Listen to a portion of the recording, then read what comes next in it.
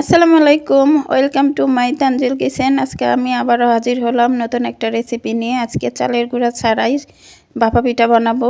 প্রথমে একটা বোল নিয়ে তাতে আমি 1 কাপ পরিমাণ সুজি দিয়ে নিলাম, সামান্য পরিমাণ লবণ দিয়ে শুকনো উপকরণগুলো ভালো করে মিক্স করে নিয়ে অল্প অল্প করে দুধ দিয়ে দেখুন আমি ব্যাটারটা তৈরি করে নিচ্ছি।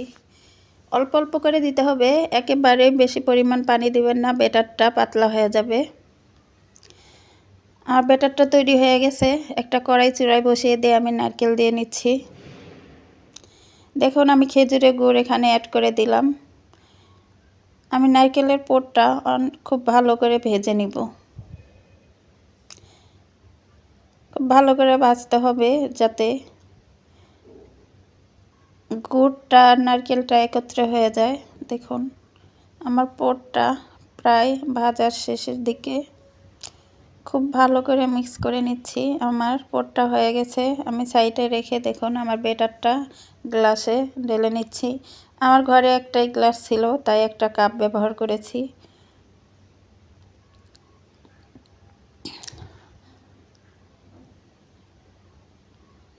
ব্যাটার দেওয়া হয়ে গেলে আমি পুরটা রোল সাইজের করে রেখেছি, এবার মাঝখানে দিয়ে নেব।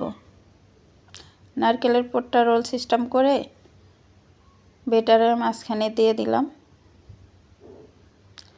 আমি চুলায় একটা পাত্র বসিয়ে পানি দিয়ে নিয়েছি। দেখুন এখন গ্লাস আর কাপটা বসিয়ে দিচ্ছি।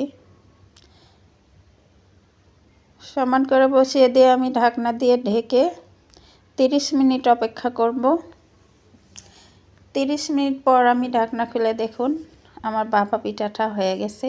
এতটা সুন্দর হয়েছে কল্পনাও করতে পারিনি, একদম পারফেক্ট হয়েছে।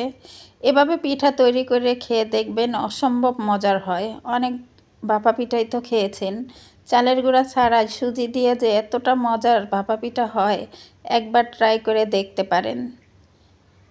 প্লিজ এ পর্যন্ত যদি আমার চ্যানেলটি দেখে আপনাদের একটুও ভালো লেগে থাকে, প্লিজ সাবস্ক্রাইব করে দিয়ে পাশে থাকবেন এরকম নতুন নতুন রেসিপি পেতে। ধন্যবাদ।